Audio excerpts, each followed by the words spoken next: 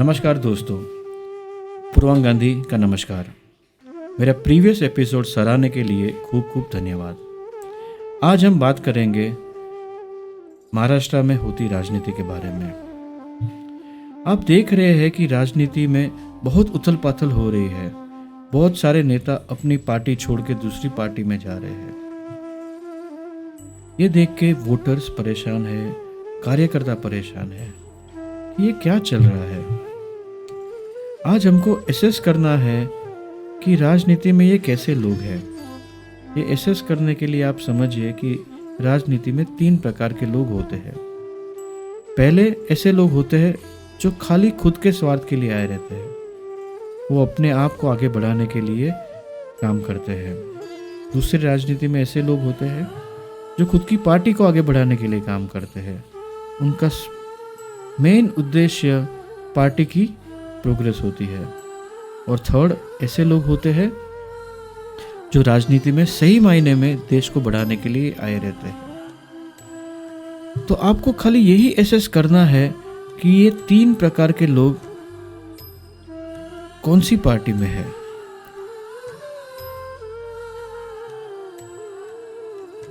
आप नॉर्मली कोई भी ऊंचे पद पे बैठे नेताओं को मिल नहीं पाते। तो लोग क्या करते हैं, उनके भाषणों को सुनते हैं, उनकी मीटिंग्स में जाते हैं और एक कोशिश करते हैं समझने की कि ये कैसे है। पर मेरा एक आग्रह है कि आप ऐसा न कीजिए। आप एक समझिए, कोई भी नेता रहेगा वो बुरा भाषण देगा क्या। हर नेता का अलग अलग टैलेंट रहता है और वो अलग अलग तरह भाषण देता है और वो प्लान करके आता है मुझे ये बोलना है, ये नहीं बोलना है।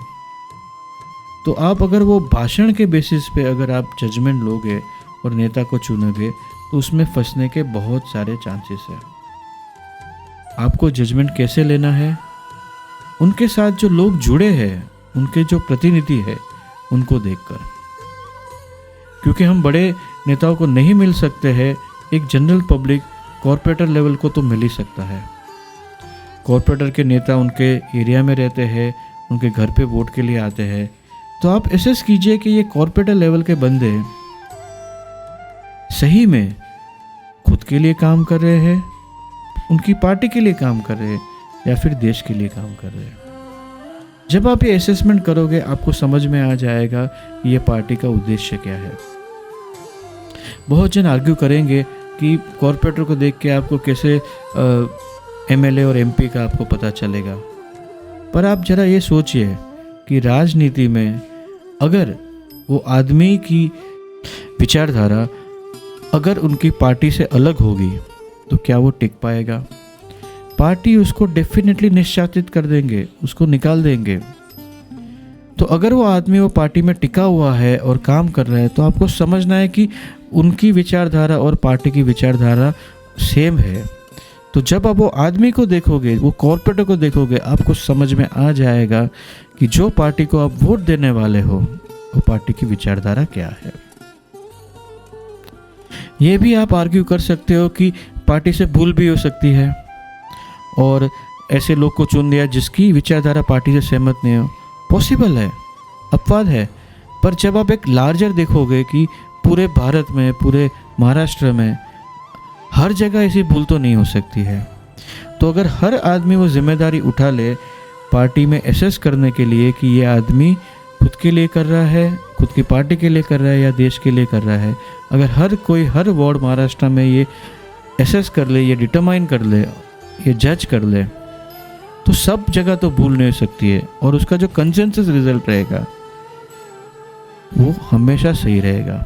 आपको याद रहेगा कि कौन बनेगा करोड़पति आता था, उसमें पब्लिक ओपिनियन रहता था। तो मैंने हर टाइम यूजुअली देखा था जब भी पब्लिक ओपिनियन रहता था तो नॉर्मली वो गलत नहीं होता था।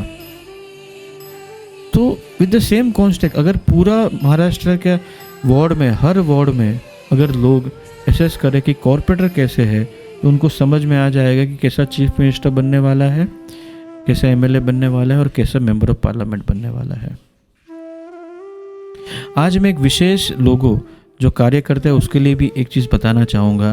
कार्यकर्ता को जिम्मेदारी खाली सपोर्ट करने की नहीं रहती है, कार्यकर्ता को ये भी जिम्मेदारी रहती है कि वो देखे कि उनके जो एमएलए कैंडिडेट है वो क्या काम कर रहे हैं।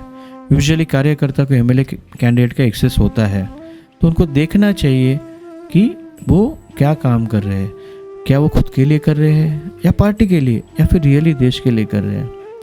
अगर देश के लिए नहीं कर रहे हैं तो उनको सपोर्ट नहीं करना है।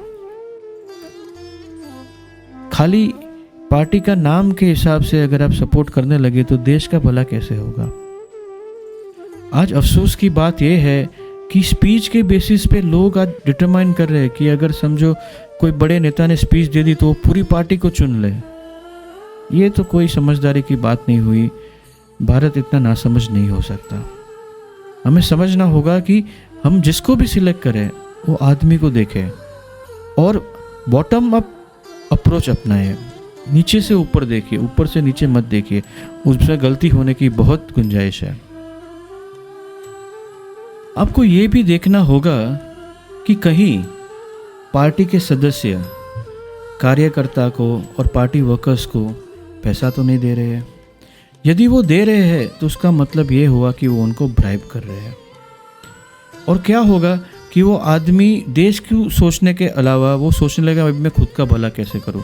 पार्टी से तो मुझे पैसा आ रहा है, मुझे बेनिफिट आ रहा है, मुझे कुछ बेनिफिट्स मिल रहे हैं, तो वो अपना फ़ायदा का ही सोचेगा और वो कल्चर डेवलप होते जाएगा। तो जब आपको ऐसी पार्टी भी दिखे जिसमें आप देखो कि ऊपर के लोग नीचे वाले को बेनिफिट देने की बात कर रहे हैं कि आप ये पार्टी में आओगे तो ये आपको बेनिफिट होगा, तो गलत है। जब तक कोई पार्टी सार्वजनिक यानी देश के हित की बात नहीं करती है, वो पार्टी को चुनना बहुत ही गलत रहेगा। अपनी बात को समर्थन देने के लिए मैं गुजराती कहावत को बोलूँगा, दूर थी डूंगर रडियामणा। मतलब दूर से आपको कोई भी माउंटेन रहेगा, डूंगर रहेगा, वो बहुत ही अच्छा लगेगा आपको, पर आप जब नज़दीक जाओगे तो उनके खतरों को आपको पता चलेगा। तो वो जानने के लिए आपको बॉटम से देखना है कि आपके कॉर्पोरेटर लेवल के लोग कैसे हैं। अगर वो अच्छे हैं तो वही पार्टी को आप सपोर्ट कीजिए, वरना पार्टी को सपोर्ट करने का कोई अर्थ नहीं होता है।